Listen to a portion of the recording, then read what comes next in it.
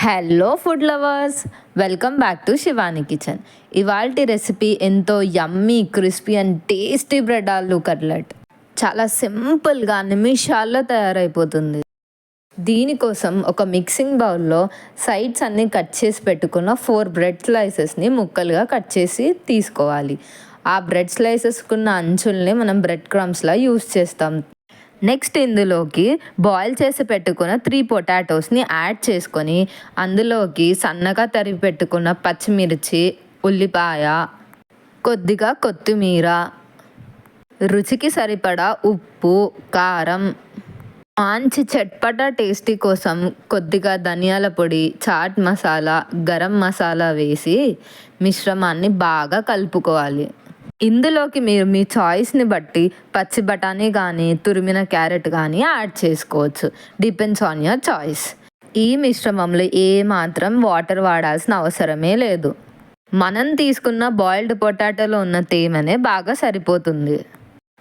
ఇలా పిండినంతా బాగా కలుపుకొని ఇప్పుడు మిశ్రమాన్ని కొద్దిగా తీసుకొని రౌండ్గా బాల్లా చేసి దాన్ని కట్లెట్ షేప్లో ప్రెస్ చేసుకుంటే అంతే.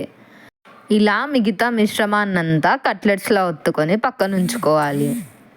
ముందుగానే మనం బ్రెడ్ స్లైసెస్కి అంచులన్నీ కట్ చేసిన దాన్ని మిక్సీలో వేసి బ్రెడ్ క్రమ్స్ రెడీ చేసుకోవడమే.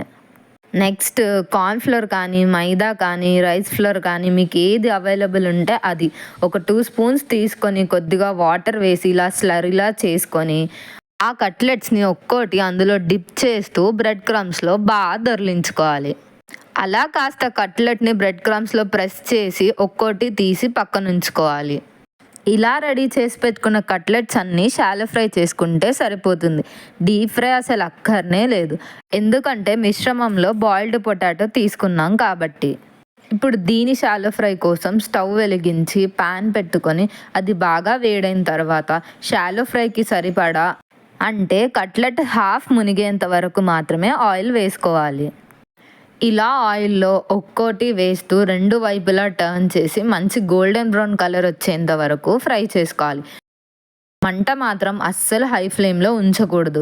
వీలైతే సిమ్లో లేదా మీడియం ఫ్లేమ్లో ఉంచి దగ్గరుండి 2 వైపులా ఫ్రై చేసుకోవాలి. మీరు ఈ మిశ్రమంలోకి మీకు నచ్చిన వెజిటబుల్స్ని కూడా యాడ్ చేసుకోవచ్చు. అప్పుడు అది వెజ్ కట్లెట్ అవుతుంది.